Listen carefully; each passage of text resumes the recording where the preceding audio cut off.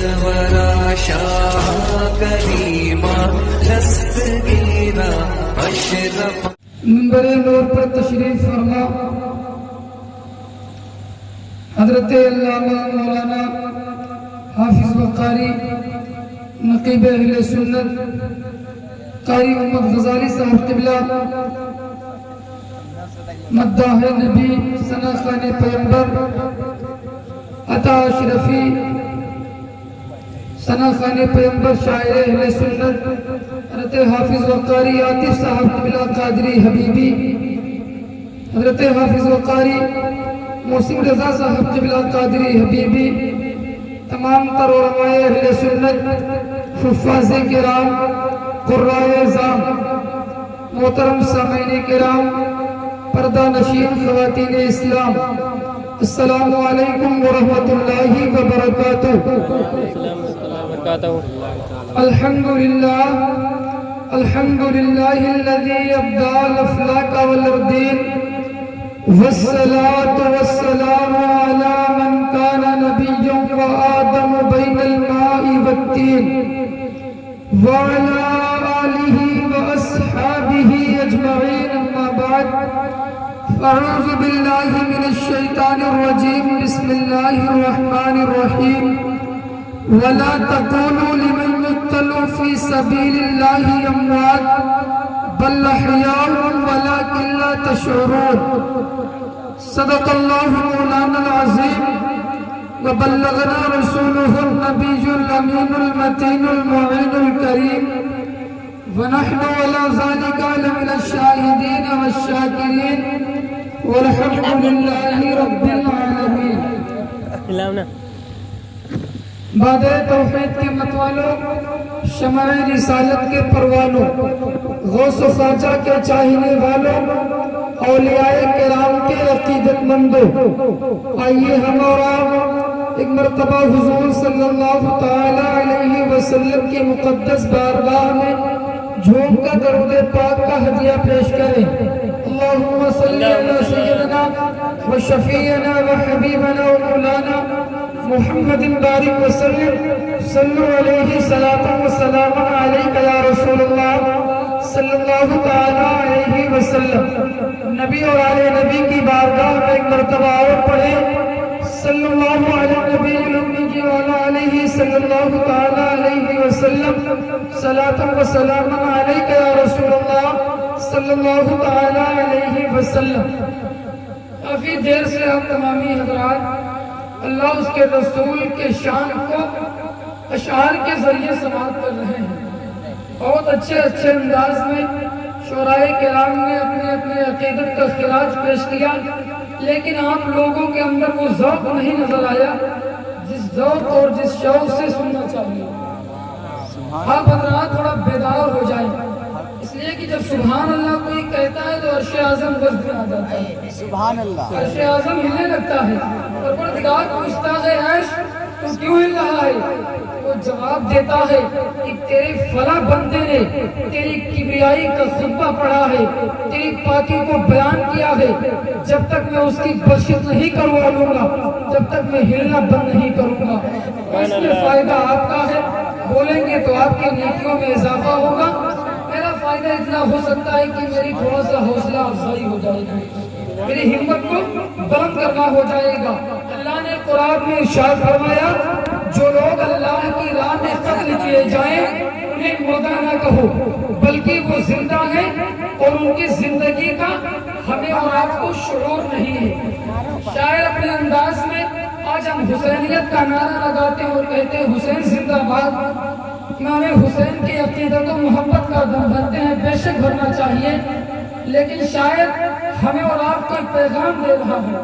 وہ کہنا چاہتا ہے، ملاحظہ فرمائیں، نظام حق کو بچاؤ اگر حسینی ہو.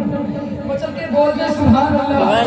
نظام حق کو بچاؤ اگر حسینی ہو، شعور دین کو جگاؤ اگر حسینی ہو، شعور دین کو جگاؤ اگر حسینی ہو. اور جلوس و جلسہ نعرہ ہی نہیں سب کچھ، جلسہ و جلوس نعرہ ہی نہیں سب کچھ، عمل بھی کر کے دکھاؤ اگر حسینی ہو.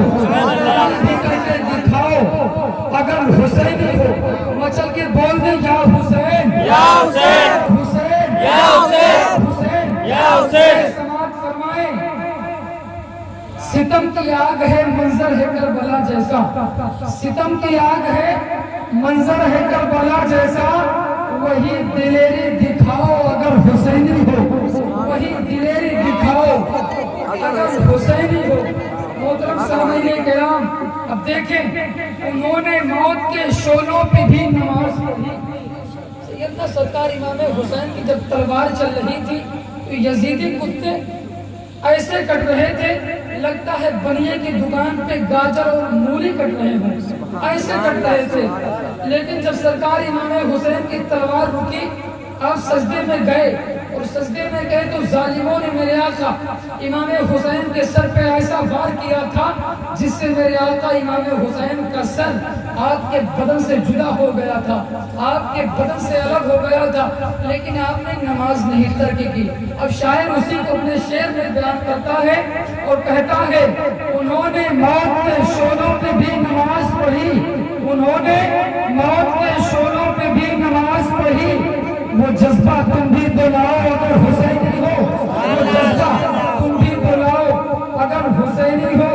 حسین گھر سے نکل کر لڑے ہیں میدان میں، حسین گھر سے نکل کر لڑے ہیں میدان میں، نکل کے تم بھی تو آؤ اگر حسینی ہو، سبحان اللہ، سبحان تم بھی تو آؤ اگر حسینی ہو، اور پڑھو نماز جو حب حسین ہے تم کو، پڑھو نماز جو حب حسین ہے تم کو، گلے سجود کھلاؤ اگر حسینی ہو، گلے سجود کھلاؤ اگر حسینی ہو۔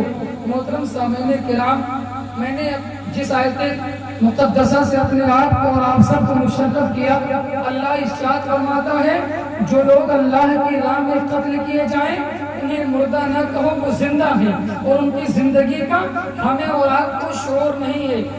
آپ حضرات تشریف فرما ہے، محرم الحرام کی جو ہے 10 تاریخ تک آپ نے سماعت کیا ہوگا کہ میدان کربلا میں ظالموں نے میرے آقا امام حسین کی ایک جو ہے قبیلے کے ایک چشم و چراغ کو کس طریقے سے بجھایا تھا، کس طریقے سے شہید کیا تھا، وہاں تک آپ نے سنا ہوگا۔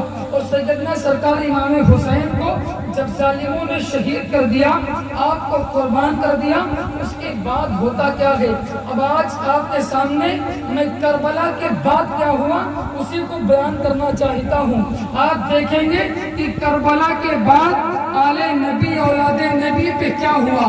محترم سامعین کرام، حضرت امام حسین کو شہید کر دیا گیا ہے، حضرت علی اکبر کی جوانی کو لوٹ لیا گیا ہے، 6 ماہ کے علی اصغر کے حلق میں تیر کو پیوست کر دیا گیا ہے، اور محمد کی لاش خون میں تڑپ رہی تھی، محمد اور ابراہیم بھی قربان ہو چکے تھے، حضرت امام مسلم بھی شہید ہو گئے تھے۔ اس کے بعد جو ہے جب حضرت امام حسین کو شہید کر دیا گیا، ظالموں نے اتنے پہ اکتفا نہیں کیا، اتنے پہ بس نہیں کیا، بلکہ ان لوگوں نے ظلم کی حد کر دی، اور ان لوگوں نے سرکار امام حسین اور آپ کے جانسار جتنے بھی میدان کربلا میں شہید ہوئے تھے ان لوگوں کی لاشوں پہ گھوڑے دوڑائے، اور اہل بیت نبوت کی مقدس لاشوں کو گھوڑوں کی ٹانپوں سے ان کی عزت و حرمت کو پامال کیا۔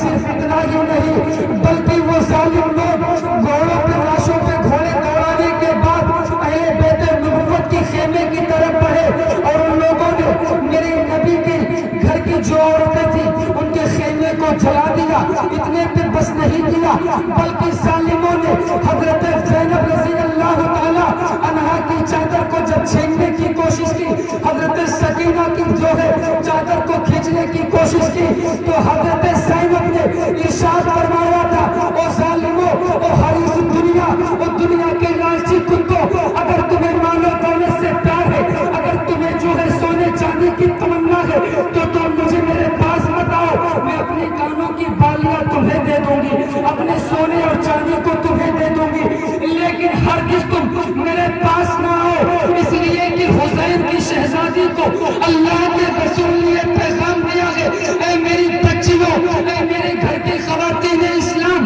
زندگی میں جتنی مصیبت کا سامنا کرنا پڑے تم خوش ہو کے کر لینا، لیکن کبھی اپنی عزت پہ آنچ نہ آنے دینا. سبحان اللہ سبحان اللہ بہت سبحان اللہ. سامعین کرام، حضرت زینب رضی اللہ تعالیٰ عنہا نے جب یہ تقریر فرمائی، جب یہ خطبہ دیا تو ان لوگوں کے دل میں رحم نہ پیدا ہو سکا. اتنے بدبخت اور اتنے شقی و قلب تھے، اتنے بدبخت تھے، اتنے خباثت کے مجسمے بن چکے تھے.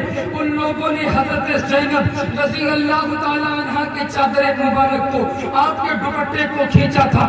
حضرت سکینہ رضی اللہ تعالیٰ عنہ کو ننگے سر کر دیا تھا، آپ کی چادر کو بھی کھینچ لیا تھا. اس کے بعد اس پہ ان لوگوں نے بس نہیں کیا، بلکہ عابد بیمار جو حضرت امام حسین کے شہزادے تھے، ان کے ہاتھوں کو رسیوں سے جکڑ دیا گیا، ان کے پیر میں بیڑیاں ڈال دی گئی. اتنے پر بس نہیں کیا، حضرت زینب کے دونوں ہاتھوں کو ان کے پیچھے باندھ دیا گیا، حضرت سکینہ کو بھی رسیوں سے جکڑ دیا گیا. اتنے پہ ان لوگوں نے بس نہ کیا اور اس طریقے سے قیدی بنا لیا. جو اہل بیت النبوت کے چشم و چراغ کربلا میں بچ گئے تھے، ان کو قیدی بنا لیا. اور قیدی بنانے کے بعد جو ہے اب عبید اللہ ابن زیاد نے حکم دیا کہ حسین کے سر کو عبید اللہ ابن زیاد یعنی میرے پاس بھیجا جائے. اب عبید اللہ ابن زیاد کے حکم سے میرے آقا امام حسین کے سر مبارک کو لے کر اب خولی بن یزید آگے بڑھا. خولی بن یزید امام حسین کے سر مبارک کو لے کے آگے بڑھا. اور جب وہ آگے بڑھا اور دوسرے شہداء کے سر کو قیس بن اساس اور شمر وغیرہ یہ سب لے کر آگے بڑھے. اب یہ اہل بیت نبوت کا مقدس قافلہ اس طریقے سے روانہ ہوتا ہے، اس طریقے سے جاتا ہے.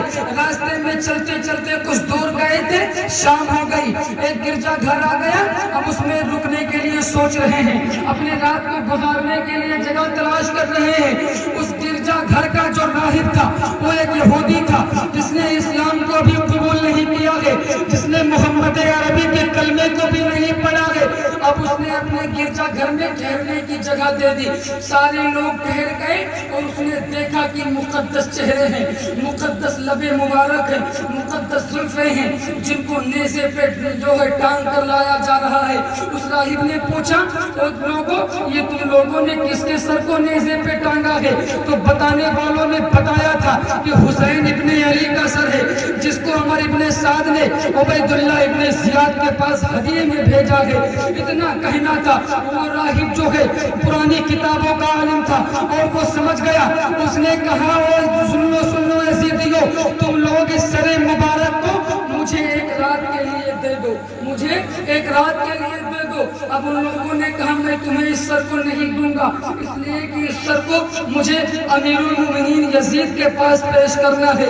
حالانکہ وہ امیر المومنین نہیں تھا. ان لوگوں کا کہنا تھا کہ یزید کو دینا ہے. اب جو ہے اس نے سر دینے سے انکار کر دیا. لیکن جانتے ہو یہ اتنے حریص الدنیا تھے، اتنے لالچی تھے، ان کے دل میں لالچ پیدا ہو چکی تھی. ان لوگوں نے لالچ کے آگے اپنے دین و ایمان کو بیچ ڈالا تھا. یہاں تک کہ ان ظالموں نے پیسہ کمانے کے لیے حضرت امام حسین کے سر کو فروخت کر دیا. حضرت امام حسین کے سر کو ایک رات کے لیے بیچ دیا. اب اس راہب نے امام حسین کو سر کو لیا اور لینے کے بعد اپنے کمرے میں گیا.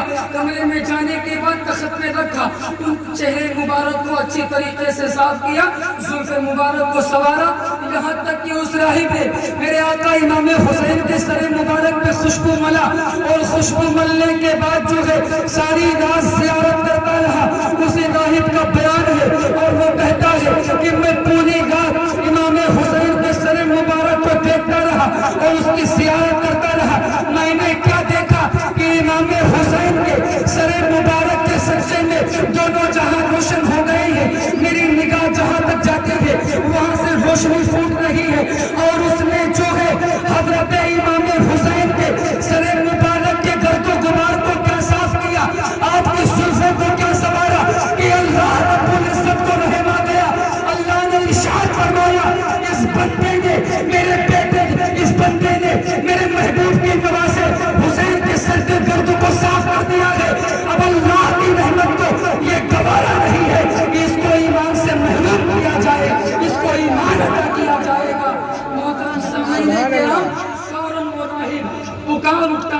اشہد ان لا الہ الا اللہ و اشہد ان محمدا عبدہ و رسولہ. اس کے بعد جب وہ اسلام کی آغوش میں آتا ہے، اسلام کے پاک دامن میں آ جاتا ہے. اب آپ مجھے بتائیے کہ حضرت امام حسین کا یہ کٹا ہوا سر ہے، جس کی یہ کرامت ہے کہ جن گلیوں سے گزر رہا ہے لوگوں کو صاحب ایمان بناتا ہوا جا رہا ہے. اب آپ مجھے بتائیے اور جواب دیجئے کہ جب میرے آقا امام حسین کے کٹے ہوئے سر کا یہ عالم ہے کہ جہاں سے گزرنا ہے وہاں لوگوں کو ایمان عطا کر دیتا ہے، تو بتائیے کہ میرے نبی کے نواسے حضرت امام حسین کی ظاہری زندگی کا عالم کیا رہا ہوگا جب وہ مدینے کی گلیوں میں پھرتے ہوں گے، جب وہ مکہ شریف کی سرزمین پہ گھومتے ہوں گے، اور جن کو میرے پیغمبر نے اپنے کندھے پہ بٹھا کر مدینے کی گلیوں میں پھرایا ہے، بتا اس حسین کا مقام و مرتبہ کیا ہوگا. ارے میں تو یہ کہتا ہوں کہ اگر آج ہمیں دین و ایمان ملا ہے، اگر ہماری زبان پہ کلمہ جاری ہے، تو کسی مائی کے لال کا احسان نہیں بلکہ کربلا والوں کا احسان ہے، امام حسین کا صدقہ ہے جو ہماری زبان پہ آج اللہ و رسول کا نام جاری ہے، اللہ کی کبریائی کا ہم خطبہ پڑھ رہے ہیں. یہ سرکار امام حسین کا صدقہ ہے اور آپ کے جانثاروں کا صدقہ ہے، اس لیے کہ سرکار امام حسین نے کربلا کی سرزمین پہ ایسی قربانی پیش کی تھی، ایسی قربانی پیش کر دی تھی. اگر حضرت امام حسین دشمنوں کے مقابلے میں پہلے چلے گئے ہوتے تو حضرت علی اصغر قربان ہونے سے بچ جاتے، حضرت علی اکبر کی جوانی بھی نہ لوٹی جاتی، حضرت عباس کے بازوؤں کو قلم نہ کیا جاتا.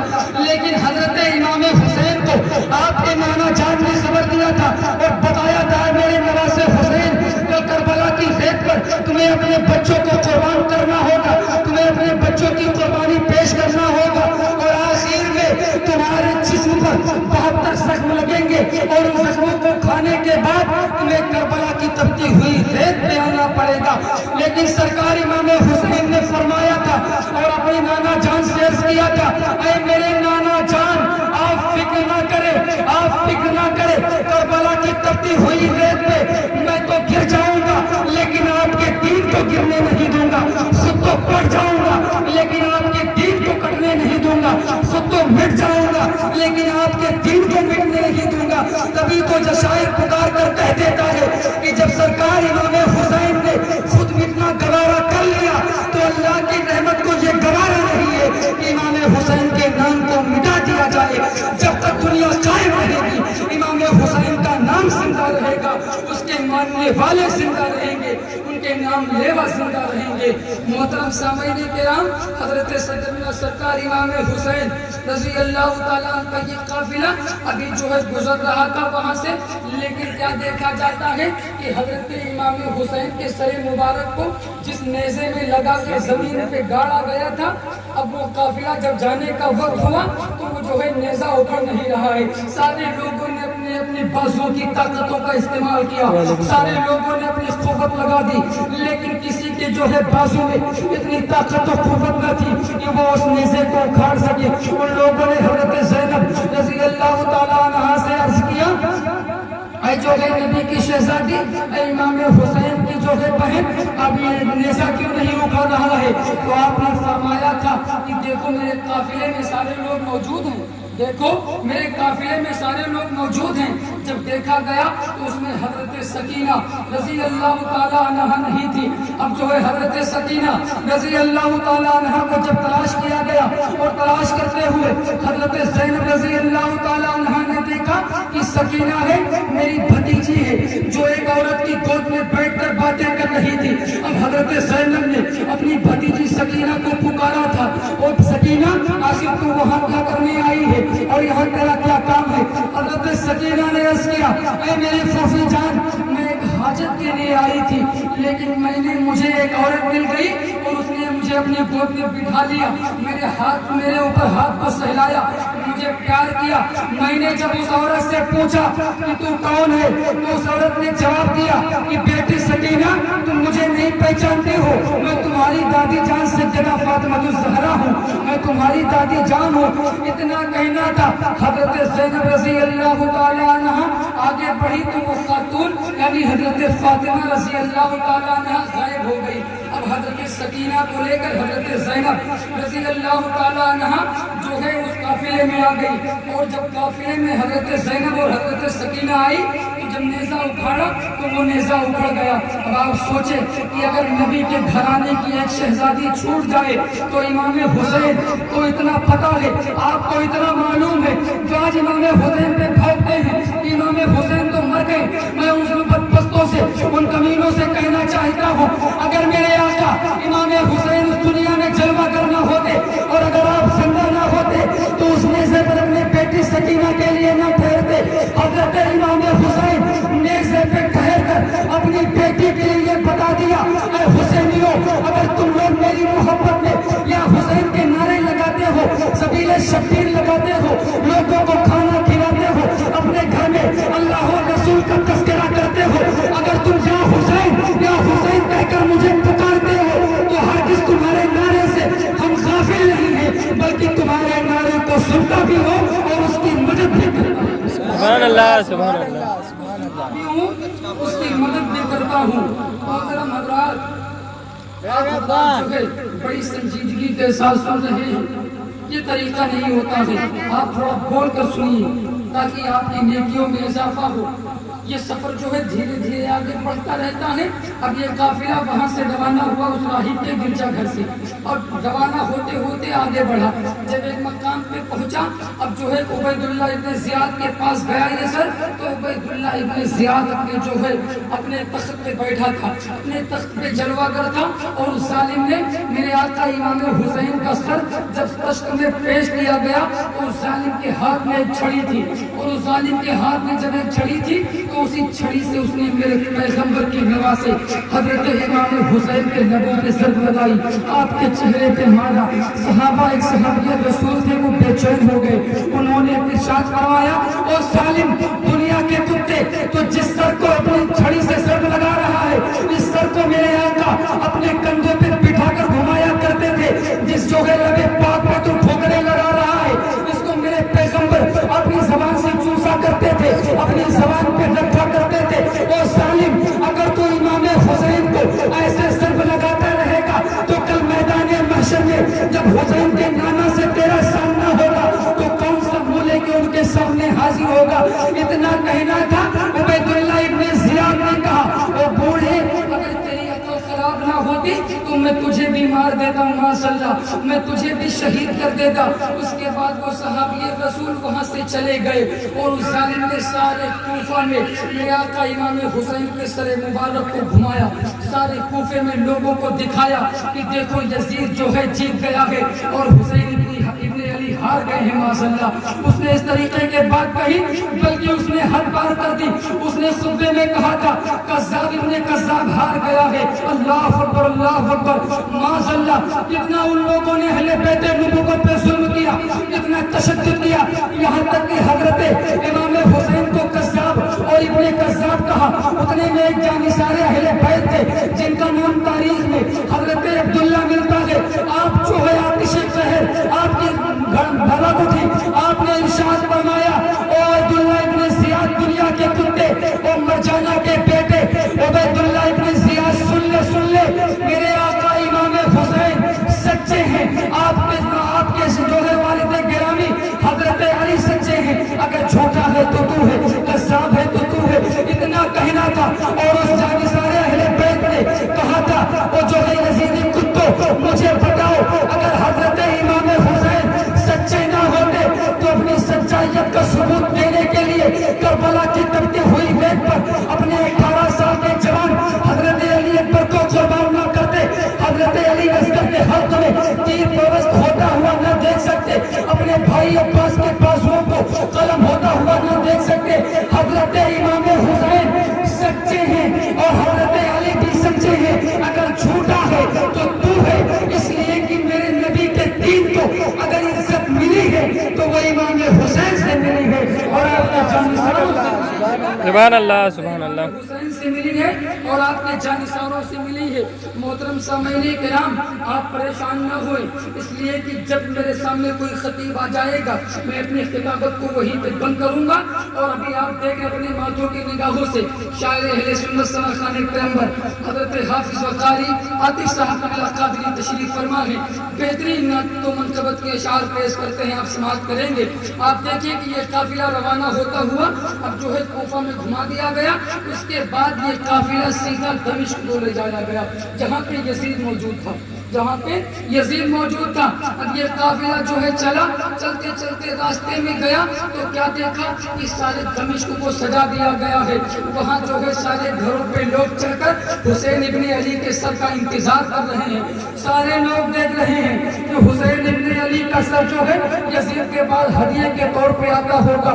اب وہاں پہ صحابی رسول جن کا نام تاریخ میں حضرت ابو ذر غفاری رضی اللہ تعالیٰ ملتا ہے، وہ صحابی رسول ہیں۔ انہوں نے دیکھا آپ جو ہے ملک شام تجارت کی غرض سے آئے ہوئے تھے، آپ نے پوچھا اس سارے جو ہے شام کو، اس دمشق کو کیوں سجا دیا گیا ہے؟ آخر کوئی فنکشن ہے یا کوئی جو ہے خوشی کا دن ہے تم لوگوں نے اس پورے شہر کو سجا دیا ہے؟ تو کسی نے بتایا تھا کہ عبید اللہ ابن زیاد نے، حاکم کوفہ نے حسین ابن علی کے سر کو یزید کے پاس ہدیے میں بھیجا ہے، اسی کی خوشی میں آج پورے شہر کو سجا دیا گیا ہے۔ سارے شہر باجے تھے، سارے لوگوں نے جب حضرت امام حسین کے سر مبارک کو لے کر دمشق پہنچے تو سارے لوگوں نے باجا بجایا اور خوشیوں کا اہتمام کیا، خوشیاں منایا۔ آج حسینیت کا دم بھرنے والے بھی باجا بجاتے ہیں اور اپنے آپ کا حسین کا سچا عاشق کہتے ہیں۔ ارے حسینیوں، میں تمہیں بتانا چاہتا ہوں کہ باجا بجانا، ڈھول پیٹنا یہ کوئی حسینیت نہیں ہے بلکہ یہ یزیدیت ہے۔ دمشق میں جب میرے آقا امام حسین کے سر مبارک کو لے جایا گیا تھا تو یزیدیوں نے باجا بجایا تھا، حسینیوں نے تو جو ہے رو رو کر آنسو بہایا تھا، ان کی آنکھیں اشکبار ہو گئی تھی۔ اہل بیت کا یہ لٹا ہوا قافلہ یزید کی دربار میں پہنچ گیا۔ اب یزید کی دربار میں جب یہ قافلہ پہنچا تو اس نے سیاست کرنی شروع کر دی اور اس نے کہا حسین ابن علی، حضرت امام زین العابدین سے کہا اگر تم لوگوں کا سامنا مجھ سے ہوتا تو میں ہرگز تمہیں قتل نہ کرتا، تمہیں مارتا نہیں، اس لیے کہ تم نبی کے نواسے ہو، اتنی بڑی سیاست کرنی چاہیے۔ اگر یزید کو جو ہے اس پہ غلطی کا اعتراف ہوتا تو وہ حضرت امام زین العابدین کے پیر میں بیڑیا نہ ڈالتا، حضرت سکینہ کو جو ہے قیدی نہ بناتا۔ ارے وہ ظالم سیاست کرنا چاہتا تھا اور یہ چاہتا تھا کہ دنیا میں لوگوں کے سامنے میری رسوائی، میری ذلت نہ ہو، اس لیے اس نے بہانہ بنانا چاہا۔ لیکن اللہ رب العزت سب کے دلوں کو جاننے والا ہے، اس کے دل میں کیا ہے سب کو جانتا ہے۔ اور نواز رسول سیدنا سرکار امام حسین کی ذات گرامی ایسی ذات گرامی ہے کہ مجھ جیسا کم پڑھا لکھا کبھی نہیں بیان کر سکتا ہے ان کی شان کو کما حق ہو، لیکن دل میں جو خراج ہے، جو عقیدت پیش کرنے کا جو جذبہ ہے، اس کو تو بیان کیا جا سکتا ہے۔ اسی کو پیش کرنے کے لیے آپ تمامی حضرات کے سامنے موجود ہوں۔ آپ یہاں دیکھیں اب یہ قافلہ یزید نے بھی جو ہے گھمایا طریقے سے ذلت و رسوائی کی میرے آقا امام حسین کے سر کو۔ اب یہ قافلہ حضرت نعمان بن بشیر جو کوفہ کے گورنر تھے، مسلم بن عقیل کے خلاف کارروائی نہ کرنے پر کوفہ کی گورنری سے معزول کر دیے گئے تھے۔ اب ان کو جو ہے کوفہ کی گورنری سے جب معزول کیا گیا تو حضرت امام حسین کے سر مبارک کو لے کر دمشق سے مدینہ کے لیے روانہ فرما دیا۔ اب یہ قافلہ روانہ ہوا اور 9 مہینے کی مدت میں قافلہ کربلا سے 13 محرم کو چلا تھا اور 9 مہینے کی مدت رمضان المبارک میں جا کے یہ قافلہ مدینہ شریف پہنچا تھا۔ سبحان اللہ، جب یہ قافلہ پہنچا تھا مدینہ شریف تو سیدنا امام زین العابدین پہلے اپنے وجوہ نانا جان کے قبر انور میں گئے تھے اور جانے کے بعد عرض کیا تھا اے میرے نانا جان، اے میرے نانا جان، حسین نے آپ کو سلام پیش کیا ہے۔ اس کے بعد بتایا کہ علی اکبر کو قربان کر دیا ہے ظالموں نے، علی اکبر کو مار دیا ہے، سارے لوگوں کو شہید کر دیا ہے۔ سارا ٹکڑا اس طریقے سے حضرت امام زین العابدین نے سنایا اور رو کر جو ہے مدینے میں حضرت بی بی صغرا رہ گئی تھی۔ انہوں نے پوچھا اے بھائی زین العابدین، میرے میرے بھائی علی اکبر کہاں گئے, میرے بھائی علی اصغر کہاں گئے؟ آپ نے فرمایا وہ انتقال کر گئے, وہ انتقال کر گئے. ایک بات دیگرے گناتے رہے. حضرت بی بی سغرا نے کہا تھا کربلا میں موت اتنی سستی ملا کرتی ہے کہ جو جاتا ہے وہاں شہید ہو جاتا ہے. حضرت امام زین العابدین نے اپنے بہن سے فرمایا تھا بہن سغرا غم نہ کر, پریشان نہ ہو, اس لیے کہ جس دین کو میرے نانا جان نے صحابہ کے خون سے مضبوط و مستحکم کیا تھا, امام حسین اسی دین کو اور مضبوطی عطا کرنے کے لیے کربلا میں گئے تھے اور انہوں نے عید کے طور پہ حضرت علی اصغر کو دین کی تعمیر میں لگا دیا تھا, حضرت علی اکبر کو لگا دیا تھا, حضرت اولو محمد کی لاش کو قربان کر دیا تھا, حضرت محمد اور ابراہیم کو قربان کر دیا تھا, حضرت مسلم بھی شہید ہو گئے تھے. تو وہ اپنے دنیاوی کسی فائدے کے لیے نہیں, بلکہ اگر امام حسین میدان کربلا میں میرے بھائیوں کو میرے گھر والے کو قربان کیا ہے تو دین مصطفیٰ کی سرفرازی کے لیے کیا ہے, دین مصطفیٰ کی سربلندی کے لیے کیا ہے. محترم سامعین کرام, اس طریقے سے یہ قافلہ مدینہ شریف پہنچ گیا. صرف آخری بات میں آپ کے سامنے پیش کروں گا, صرف آخری بات میں آپ کے سامنے پیش کروں گا, اس کے بعد میں اپنی جگہ لوں گا. دیکھیے اہل بیت نبوت کا دربار ایسا ہے وہ جہاں سے کسی کو خالی جھولی نہیں بھیجا جاتا, اور جو جاتا ہے اس کی جھولی بھر کے آتی ہے. اب حضرت امام زین العابدین اور پورا قافلہ مدینہ شریف پہنچ گیا.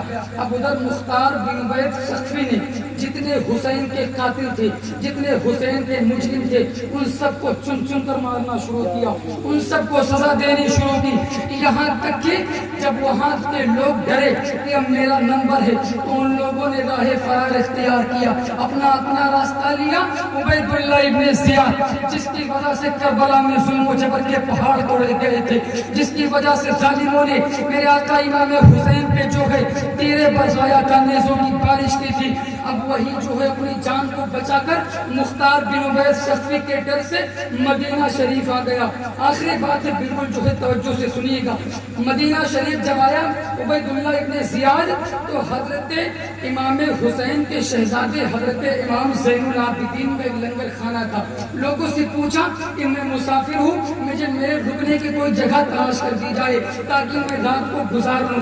لوگوں نے بتایا وہاں ایک مسافر خانہ ہے, تم وہاں چلے جاؤ, وہاں تمہیں پوری عزت ملے گی, تمہیں کھانا کھلایا جائے گا, تمہیں پانی پلایا جائے گا. اب وہ جو ہے عبید اللہ ابن زیاد میرے آقا امام زین العابدین کے خیمے میں گیا. حضرت امام زین العابدین کے سپاہی لوگوں کو کھانا کھلا رہے تھے, لیکن جب عبید اللہ ابن زیاد آ گیا تو حضرت امام زین العابدین نے اپنے ساتھیوں سے فرمایا اس کو کوئی کھانا نہیں کھلائے گا, اس کو میں اپنے ہاتھ سے کھانا کھلاؤں گا. سبحان اللہ, اس کو میں اپنے ہاتھ سے کھانا کھلاؤں گا. حضرت امام زین العابدین نے اس کو اپنے ہاتھ سے کھانا کھلایا. 3 دن تک وہاں پہ مقیم رہا, 3 دن تک قیام کیا. وہ کھاتا رہا, سوتا رہا, وہ اپنی ضرورت کو انجام دیتا رہا. لیکن اس نے سوچا کہ اگر زیادہ دن ٹھہروں گا تو اگر میرا پردہ ان کے سامنے فاش ہو گیا اور کہیں لوگوں کو میری خبر ہو گئی تو جو مجھے مار ڈالیں گے, مجھے شہید کر دیں گے. اس لیے کہ میں نے ان کے باپ کو قتل کروایا ہے, ان کے بھائیوں کو قربان کروایا ہے, اس لیے یہاں سے نکلنا میرے لیے بہتر ہے. اب تیسرے دن وہ عبید اللہ ابن زیاد اپنے پیر کو دبا کر چپکے سے نکلا. جب نکلا تو حضرت امام زین العابدین کے سپاہیوں نے اس کو پکڑ لیا, اور پکڑنے کے بعد ارشاد فرمایا کہ یہاں کی ریت ہے جو کوئی آتا ہے جب وہ جاتا ہے تو پہلے بتا کر جاتا ہے, اس طریقے سے اسے جانے نہیں دیا جاتا. اب جو ہے اس عبید اللہ ابن زیاد کو میرے آقا امام زین العابدین کی بارگاہ میں لایا گیا.